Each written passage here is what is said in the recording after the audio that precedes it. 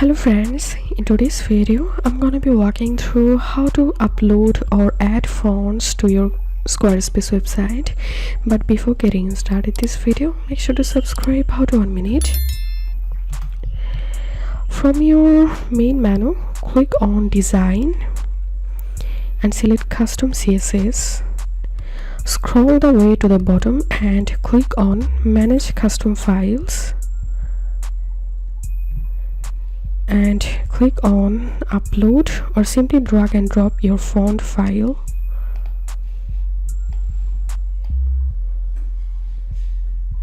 It should come in either TTF, OTF or OV format, so make sure you have the correct file at this point.